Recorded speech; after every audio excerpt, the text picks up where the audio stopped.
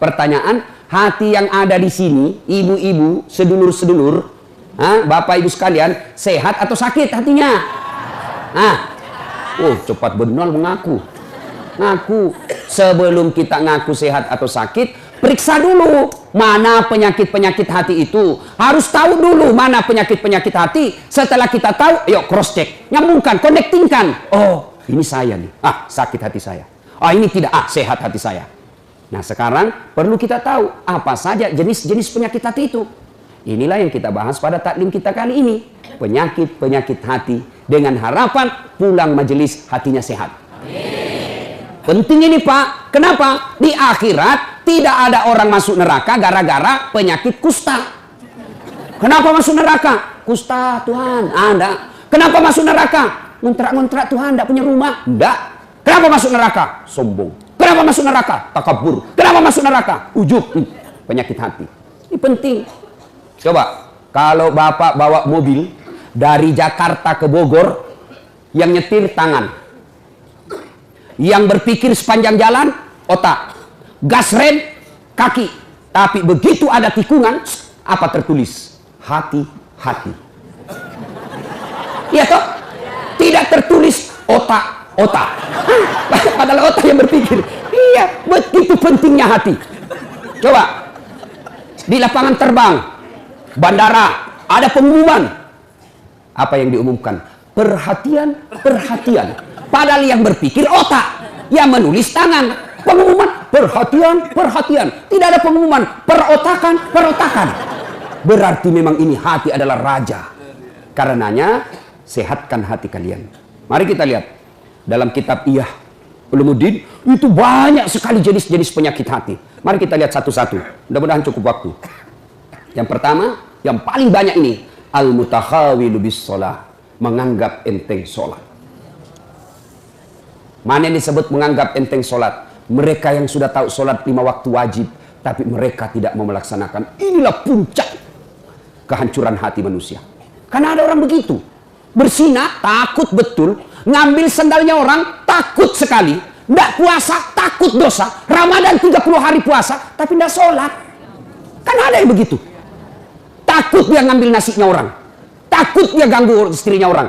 Tapi begitu tiba waktu sholat, dia merasa tidak berdosa.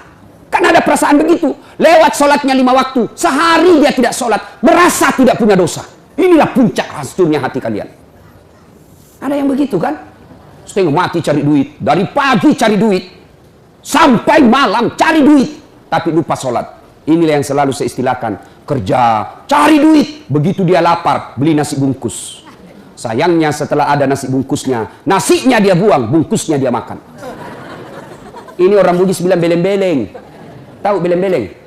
Dongo. Tahu dongo? Beleng-beleng. Tahu beleng-beleng? Dongo. Tahu dongo? Reke Guring bilang dungu. Itulah orang dungu. Asli sedugu-dugunya. Masa beli nasi bungkus, nasinya dia buang, nasi bungkusnya dia makan? Inilah orang yang setengah mati cari nafkah. Berpolitik siang malam. Berusaha siang malam, ngajar siang malam, cari harta siang malam, lupa sholat, beleng-beleng, dulu. Apa sebab orang biasa tidak sholat? Mohon maaf, punten. Ibu-ibu paling banyak tidak sholat kalau ada pesta pengantin. Gara-gara apa? Make up, mukanya dikira tembok, kuning, coklat, abu-abu, biru. Oh, beleng-beleng. Itu biasa saya kasihan lihat itu ibu kalau ada pengantin, mukanya betul-betul kayak tembok, serba palsu, bibirnya merah palsu, alisnya tebal palsu, bulu matanya panjang palsu, pantatnya gabus, semua palsu. Malah ada lagi lebih gila lagi, saya lihat dia kasih lebih alisnya. Saya bilang kenapa dikasih lebih? Dia bilang seperti artis Korea. Ada artis Korea baru di Bogor tinggal. Ya, sudahlah. Apa dilarang berdandan? Ya silahkan, selama ibu berdandan supaya suami bangga di samping ibu, itu ibadah. Tapi kalau ibu dandan gara-gara dandan tidak sholat, beleng-beleng. Nah sekarang gimana solusinya Ustaz? Nah ibu wudhu dulu. Sudah wudhu, dandan. Sudah dandan, tahan kentut. Biar sudah wudhu, kentut batal. Dah habis kok Ustaz, sedikit aja keluar. Biar sedikit batal. Coba. 2. Yang menyebabkan ibu-ibu banyak tidak sholat kalau ada pengantin. Apa? Jilbab. Saya ini sudah keliling-keliling ceramah sampai ke Malaysia, Timur Tengah, Brunei, Filipina Selatan. Ini hanya di Indonesia yang ibu-ibunya susah jilbabnya. Jilbab sakaratil maut. Masya Allah. Itu ada talinya tuh 2 meter. Dia ikat dulu. Dia ikat di lehernya. 2 meter dikasih kembang. 17 pentulnya. Ada kayak batang pohon di belakang. Sudah, nggak bisa lah dia goyang lehernya. Sudah diikat. Coba, ayo pakai lagi jilbab yang sempit, celana roknya sempit. Suaminya bilang, cepat-cepat, buru-buru kita ketinggalan. Tunggu sedikit Pak. Ini namanya belen-belen. Tiba waktu sholat, hayyalah salat. Suaminya bilang, bu, baru aja kau pulang umroh. Itu baru 2 bulan yang lalu kau pulang umroh. Ini sudah mau asar kau belum sholat tuh. Sana pergi sholat. Apa kata istrinya? Sadar kau Pak? Saya sadar, saya suruh kau sholat. Kau ndak lihat ini jilbabku, 2 jam makainya ini. Beleng-beleng. Sudah ya? Bu, yang paling banyak perempuan ndak sholat kalau ada pesta. Ini kalau laki-laki kapan banyak ndak sholat? Ada Piala Champion. Subuh ndak sholat subuh. Gara-gara sepak bola. Begitu nonton dari jam 2, seri adu penalti. Bersamaan azan subuh. Pilih mana Pak? Bapak pilih mana? Pergi sholat, ketinggalan gol. Nonton, ketinggalan sholat. Akhirnya apa? Diambil sajadahnya, sholat depan televisi. Ini lebih belen-belen. Ayo. Demi Allah. Apa alasan orang biasa tidak sholat? Ustaz, saya kaya Ustaz. Dia kaya aja dia tidak sholat. Ada yang kalah kayanya Nabi Sulaiman? Ada yang kaya Nabi Sulaiman. Nabi Sulaiman itu pekarangan rumahnya emas. Ada di sini pekarangan rumahnya emas. Paling kalau orang Bugis kalau paling kaya giginya dikasih emas. Coba. Dia cakep Ustadz. Ada yang kalah Nabi Yusuf? Ayo. Tuh cakepnya Nabi Yusuf. Bayangkan cakepnya itu manusia. Ibu-ibu disuruh ngiris-ngiris bawang. Suruh lewat Nabi Yusuf seperti Pragawati. Yang kalau di atas apa itu? Catwalk. Lewat Nabi Yusuf. Ini ibu, Masya Allah, ini bukan manusia ini, cakep betul. Tidak sadar, dia iris tangannya, dia tidak rasa begitu terpesonanya dengan mukanya Nabi Yusuf. Segagah-gagahnya Ustadz Dasad. Jangankan ngiris bawang, kentut aja hilang perhatian. Coba, gagahnya Nabi Yusuf, tapi tetap taat beribadah kepada Allah. Saya kuat Ustadz, binaragawan. Ada kala Nabi Musa? Nabi Musa itu bu, kalau dia kunci badannya, tembus itu bulu-bulu di bajunya. Kalau dia kunci barang, terlempar songkoknya. Kalau dia tinju orang, belum sampai tinjunya sudah jatuh itu musuhnya. Ini orang Bugis bilang karate campur doti. Doti itu magic. Coba, hebat. Saya cerdas Ustaz. Ada yang kalah cerdasnya Nabi Nuh. Sampai detik ini tidak ada orang arsitek bikin perahu di atas gunung. Semua mereka bikin perahu di pesisir pantai. Nuh alaihissalam di atas gunung bikin perahu. Cerdas, tidak sombong, tetap sujud beribadah kepada Allah. Apa lagi? Ada apa? Apa alasanmu lagi? Apa yang kita mau alasan tidak mau sholat? Jelas? Demi Allah, tidak ada keselamatan bagi mereka yang menganggap enteng sholat. Ustaz, saya ini merantau Ustaz dari Sumatera. 30 tahun sudah saya di Bogor Ustaz. Tidak bisa lepas dari kredit. Rumahnya susah, masih ngontrak-ngontrak Ustaz. Periksa sholatmu. Anak saya nakal betul Ustaz. Periksa sholatnya. Kalau sholat baik, mustahil Allah sengsarakan hidupmu. Tuhan apa yang bikin sengsara hidupnya orang yang baik sholatnya? Saya sholat Ustaz. Betul kamu sholat, tapi tidak ikhlas. Ya Allah sholat. Asar lagi. Barusan duhur. Kok tidak ikhlas bos? Ayo. Saya ikhlas Ustaz. Mana ikhlas sholat duhur sudah dekat asar? Ikhlas kan namanya itu. Ayo, mana ikhlas? Sholat asar sudah dekat maghrib, 1 kali wudhu itu sudah sholat asarnya, itu juga maghribnya. Mana? Maka kalau hidup kita susah, jangan cari kambing hitam, lebih periksa sholatnya. Saya sholat Ustaz, kenapa hidupku susah? Betul kau sholat, tapi sholatmu main-main. Tidak semangat ketemu Allah. Allah.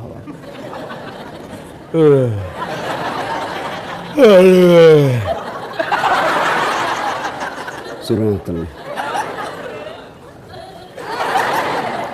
Ada yang sholat seperti itu? Ada. Sholat kayak ditiup angin. Allahu Akbar.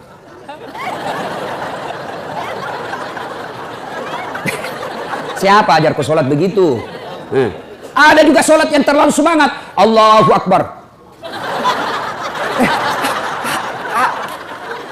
Ibu ketawa karena membayangkan diri sendiri lah. Makanya kalau ada masalah dalam hidup, ayo pertama yang harus kita selesaikan, sempurnakan sholatmu, bos. Saya sholat, Ustadz. Betul, ibu sholat. Tapi ibu yang pakai baju sholat sudah 3 hari tidak dicuci. Ketemu Allah pakai daster. Tinggi sebelah lagi. CD-nya 2 hari tidak dicuci dipakai. Begitu sholat gatal semua. Siapa ngajar sholat seperti itu? Nah, ayo ya, mulai hari ini koreksi sholatnya, Bu. Ibu saya di kampung itu 14 anaknya, Bu. Tidak ada sekolah. Bahasa Indonesia tidak lancar. Tapi yang membuat saya kagum, kalau mau sholat, dia ganti bajunya. Saya aja belum mampu seperti itu. Itu di ruang tidurnya, dia gantung kudung dengan bajunya, dengan ada yang pembungkus kepalanya. Setiap beliau mau sholat, pasti dia ganti baju. Masya Allah. Selalu ini yang membuat ibu saya doanya makbul. 14 anaknya. Ibu cuma 1 anaknya tidak bisa ganti baju kalau mau sholat. Yang ketawa, saya serius ini, Bu. Masya Allah. Bapak-bapak, adik-adik, kalau ada yang sampai sekarang belum dapat kerja yang baik, koreksi sholatmu. Ayo, apa susahnya sholat, bos? Apa susahnya sholat? Lebih susah puasa, 30 hari kita lapar. Lebih susah haji, ngantri. Umroh aja aku kejar-kejar, sholatmu tidak bagus. Ayo. Mau zakat sedekah berat, ada duit modal. Sholat yang penting ada maumu. Haji sekali setahun. Umroh perlu modal. Sholat 24 jam Allah menunggumu. Subuh Allah nunggu. Tengah hari capek Allah tunggu duhur. Sore mau curhat Allah tunggu asar. Maghrib selesai kegiatan Allah tunggu di maghrib kita. Mau tidur silahkan curhat sebelum isya. Tengah malam bangun tidak bisa tidur. Yuk kau sholat tahajud. Cuma kita tidak sadari kekuatan sholat. Sholat kecil buat Allah kasih kalian rumah. Kecil buat Allah kasih kalian jadi anggota DPR. Kecil itu asam urat. Kecil itu kolesterol. Perbaiki sholat. Cuma kita kalau sakit langsung ke dokter. Memangnya dokter yang sembuhkan kamu? Ke Allah dulu. Allah, dokter. Saya sampai detik ini belum pernah ketemu dokter yang hebat. Kenapa? Begitu saya ke dokter, saya juga yang kasih tahu penyakitku. Assalamualaikum Ustaz. Waalaikumsalam dok. Kenapa Ustaz? Ini mencret-mencret saya dok. Kenapa bisa? Dalam hatiku ya urusanmu. Karena kau dokter. Masa saya yang kau tanya? Allah. Tanpa bapak beritahukan, ibu beritahukan, Allah sudah tahu penyakitnya ibu. Yang dokter hebat itu baru muncul, pasti mencret Ustaz. Itu hebat itu. Tapi tidak. Iya. Maka bapak ibu sekalian, perbaiki sholat. Nah, itu tetangga saya Ustaz, tidak sholat, tapi kok rezekinya baik, proyeknya lancar. Oh jangan salah, memang duitnya banyak, mobilnya mewah, rumahnya megah, tapi apa yang ibu bapak tidak tahu, istrinya selingkuh, suaminya membalas. Banyak kita lihat orang kaya, tapi menderita batinnya. Duitnya banyak, dihormati di kantor, dimuliakan di kantor, tapi sampai di rumah aja dilempar piring sama anaknya masih SMP. Itu sudah banyak duitnya, tapi tidak ada kebahagiaan rumah tangganya. Banyak duitnya, tapi tidak ada bisa dia makan. Duitnya 7 miliar, tapi dilarang makan nasi. Apa enaknya? Dilarang makan nasi, dilarang makan karedok. Apa? Yang bisa dimakan hanya ubi rebus. Duit 7 miliar cuma ubi rebus. Pret. Ya, maka Bapak Ibu, adik-adik, jangan galau, perbaiki sholatmu. Saya bisa bicara begini, saya alami. Demi Allah, saya pernah menjadi cleaning service.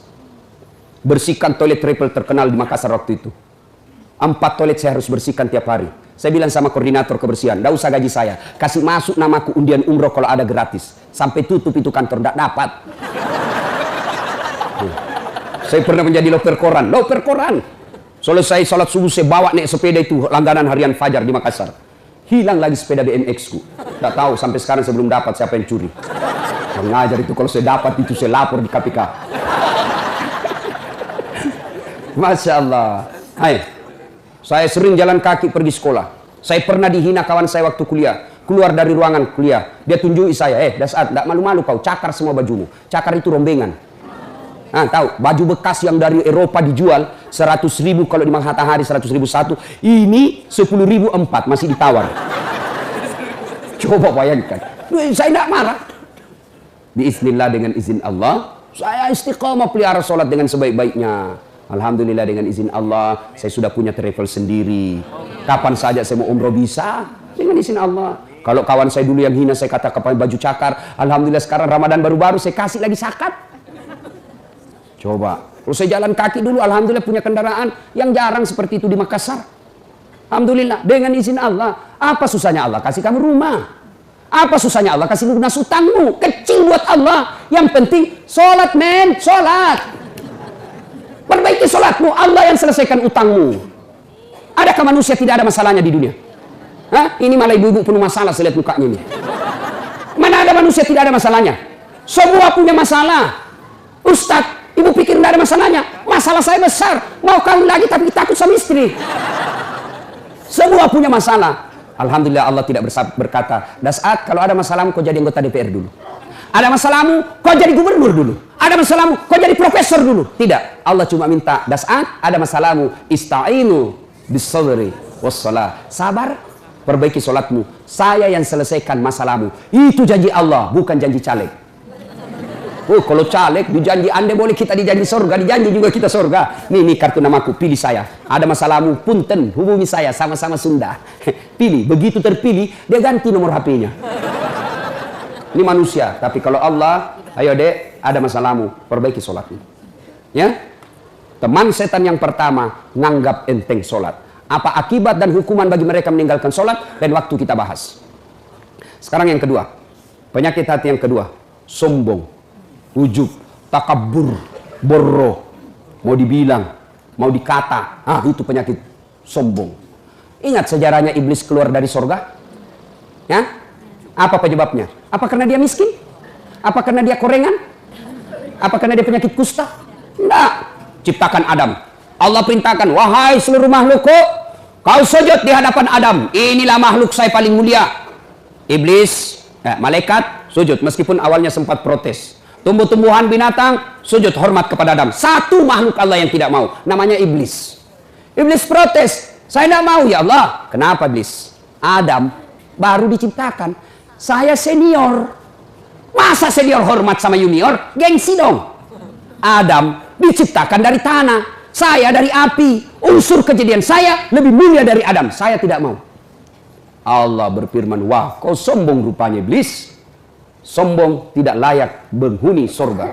Keluar kau dari sorgaku. Diusir dari sorga. Cuma iblis waktu diusir, dia minta, ya Allah, nih sebelum saya keluar dari sorga, nih ada dua proposal saya. Permohonan saya. Satu, berikan saya umur yang panjang. Oke, kata Allah, kau tidak akan mati sampai hari kiamat. Kata iblis itu beranak pinak.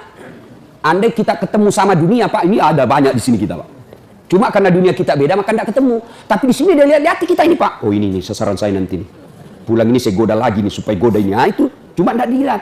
Tuh. Yang kedua kata iblis, permohonan saya yang kedua, berikan saya skill, kemampuan, kehebatan untuk menggoda anak cucunya Adam. Gara-gara Adam saya diusir, maka saya akan melakukan perang sepanjang hidup saya. Itu iblis. Kata Allah, silakan. Salah. Ya, jangan sombong. Apa yang kau sombongkan dengan ilmu? Ada orang banyak betul ilmunya. Allah marah, boleh dikasih pikun. Pikun tidak ada obatnya. Selama ini dia mengajar, diprotes sama istrinya. Pak, biasanya kalau kau mau mengajar, kau cium-cium jidatku. Ini sudah hampir 2 minggu tidak pernah kau cium saya. Dan sudah bilang suaminya, astagfirullah. Berarti siapa kau cium selama ini? Ternyata pembantunya. Apa kau mensombong? Pikun kau tidak bisa bedakan istri pembantu. Jangan juga modus. Teman-teman pulang dengar ceramah ini, besok dia masuk kamar pembantu. Didapat sama istrinya, kukira kamu sayang. Jangan sombong dengan ilmu. Ya, pintu masuknya setan sombong. Yang kedua, apa penyebab sombong? Bertambahnya pangkat jabatan dan sombong. Anggota DPR jangan sombong. Kau jadi anggota DPR karena rakyat memilihmu. Jadi bupati jangan sombong. Kau jadi bupati karena rakyat milih. Tidak pilih, wabillahi taufiq wal hidayah, keluar kau jadi rakyat biasa. Apalagi menyebabkan orang sombong? Bertambahnya harta. Jangan sombong. Nanti kau seperti Korun, banyak duitnya. Takabur, tenggelamkan oleh Allah. Belajar dari Palu, belajar dari Donggala, Aceh, sekejap saja hancur. Jangan sombong. Apalagi membuat orang sombong? Bertambahnya ibadah. Yang tadinya malas sholat, sekarang sholatnya bagus. Bukan cuma 5 waktu, sunnahnya pun oke. Mulai sombong, jangan. Allah senang orang yang alim, tapi Allah tidak senang orang yang sombong. Puncak kesombongan, tidak mau sujud di hadapan Allah. Dalam hadits qudsi Allah jelaskan, Ada 3 temannya setan di dunia. Satu di antaranya ghaniyun mutakabbir, orang kaya yang sombong. Kaya harta sombong temannya setan. Kaya ilmu, ilmuwan sombong temannya setan. Kaya pangkat pejabat temannya setan. Tapi masih masuk akal. Orang masih, ya wajarlah dia sombong, dia wali kota. Wajarlah dia sombong, banyak duitnya. Wajar dia sombong, tinggi ilmunya. Tapi temannya setan. Masih wajar. Tapi ini sudah miskin, pengangguran, jelek mukanya, bau keteknya, sombong lagi. Bukan kau temannya setan, kau sudah jadi setan cilaka. Ibu bapak, saudara-saudara sekalian yang saya hormati. 1, teman setan itu penyakit hati, menganggap enteng sholat. 2, sombong. 3, baki, pelit, dedekut. Orang Bugis bilang seke, kikirigalla paku jambatan. Nah, itu pelit sekali. Nah, itu temannya setan. Ibu-ibu mau lihat pelitnya ibu? Coba kalau dia beli sayur. Hobi memang dia nawar. Kalau dia ke pasar, beda 1000 dia kelilingi tuh pasar. Beda 1000 tuh dia kelilingi. Bu, halo ibu. Bu, kalau ibu belanja di Trans Studio, Trans Mall, atau Alfamidi, Alfamart, tawar apa tidak? Tawar apa tidak? Coba kau tawar, dibilang ke orang gila. Lalu pedagang kasihan yang sesama kita pribumi, datang naik sepeda motor, kadang kala sepeda, dia datang, dia sudah panggil kita, ya Bu Haji, Bu Haji makin cantik aja, masih nawar. Apa namanya kalau bukan pelit? Sudah enaknya itu, berapa mas? 10.000 Bu Haji, 11.000 ya. Mantap. Kalau kan ibu-ibu yang suka nawar, kalau bapak-bapak kan tidak suka nawar ya. Ini ibu-ibu tuh suka betul nawar. Bu, ibu mau ndak suaminya diambil orang? Mau? Silahkan pelit. Orang pelit itu tidak ada yang suka. Bahkan orang pelit sekalipun tidak suka sama orang pelit. Benar Pak. Begitu jeleknya itu sifat pelit, tidak ada yang suka. Coba saya tanya, bapak-bapak senang tetangga dermawan atau pelit? Ibu-ibu senang suami yang pelit atau dermawan? Senang mantu yang pelit atau dermawan? Sama teman yang pelit atau dermawan? Dermawan, tidak ada orang suka orang pelit. Bahkan orang pelit pun tidak suka sama semuanya pelit. Jangan kau ke rumahnya, pelit dia itu. Padahal dia juga pelit. Begitu jeleknya itu sifat pelit. Demi Allah, tidak ada orang bangkrut gara-gara sedekah. Adakah pernah bapak dengar? Mas, tuh yang di sudut rumah di komplek, tuh kaya betul dulu Ustadz. Cuma karena dia rajin sedekah, bangkrut. Ada? Tidak pernah.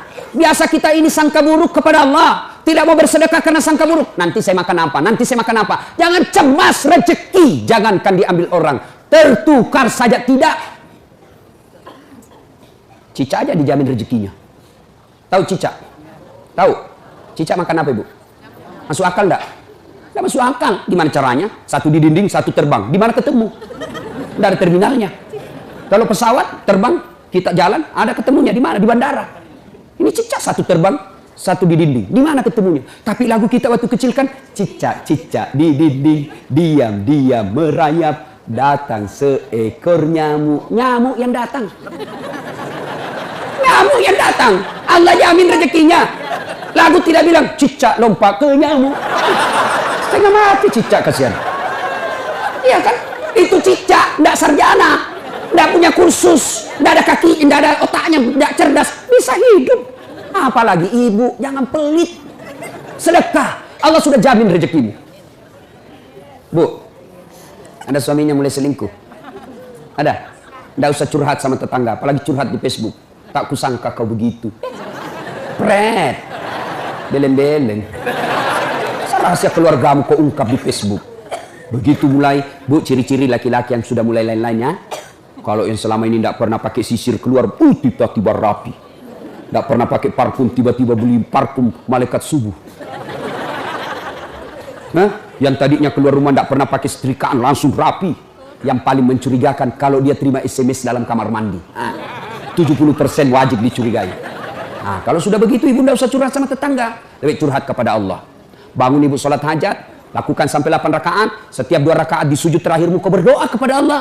Ya Allah, engkau yang membolak-balikkan rasa cinta dalam hati suamiku. Tidak mungkin aku bisa mengendalikan cintanya. Ya Allah, tidak mungkin aku jaga dia 24 jam. Engkau yang maha menjaga ya Allah. Ya Allah, pelihara suamiku dari godaan perempuan lain. Ini ada duit saya 500.000. Saya tolak bala besok ke panti asuhan. Mudah-mudahan 500.000 suamiku terhindar dari wanita jahat. Bismillah. Coba amalkan itu, Bu. masalah kan. Yang jadi masalah kalau suaminya juga sudah tahu rumusnya. Dia bangun juga sholat tahajud. Dia bangun pula sholat hajat. Istrinya sebelah, kamar sebelah. Suaminya kamar sebelah. Ya Allah, capek sudah saya lihat istri saya, ya Allah. Ngamuk aja kerjanya. Marah-marah aja. Berat badannya juga makin tambah, ya Allah. Tak tahu dilihat dari mana dia seksi. Ya Allah, ini ada duit saya 500.000. Tolak bala, ya Allah. Mudah-mudahan istriku ikhlas saya kawin lagi. Bingung malaikat, yang mana? Jangan pelit. Demi Allah. Tidak ada orang bangkrut gara-gara sedekah. Saya kasih contoh. Tanggal 4 kemarin, sehari sebelum lebaran. Ya, tanggal 3 malam. Ada anak-anak usia 19 tahun. Bapaknya Flores, mamanya Toraja, Kristen. Karena sering dengar ceramah saya di YouTube, akhirnya dia memutuskan diri masuk Islam. Desember kemarin. 19 tahun. Tanggal 3 malam, dia DM ke saya di Instagram. Ustadz, saya ini dicerita cara mualafnya. Kemudian besok sudah mau lebaran, saya belum punya baju baru, Ustadz. Saya lihat Ustadz ini bagus-bagus bajunya. Di mana belinya Ustadz? Saya bilang sebenarnya baju saya tidak dibeli, bikin sendiri. Tapi yang lebih sebenarnya lagi, bukan baju yang bagus, saya yang gagal. Ya, sudahlah. Saya butuh baju lebaran. Saya bilang, kau datanglah ke rumah saya. Saya sediakan, kau pilih bajuku yang kau suka. Dia pakai tongkat, turun dari taksi. Kasihan saya. Kenapa kakimu, Dek? Ternyata diamputasi kakinya. Dia singgah sholat asar, ditabrak mobil. Saya bilang, berat betul hidupnya ini anak. Diusir dari orang tuanya, Pak. Diusir, sekarang tinggal di masjid. Tidak disetujui, hanya dia sendiri masuk Islam. Diusir. Bilang, kenapa kakimu? Saya cerita. Sedih saya, sempat berkaca. Jangan sedih, Ustaz. Ini tidak ada artinya ini kaki ketimbang iman saya kepada Allah. Luar biasa, 19 tahun. Saya ambil baju saya yang paling bagus. Kau pilih ini, Dek. Mana kau suka? Benar, diambil yang paling bagus. Sempat juga saya nyesal.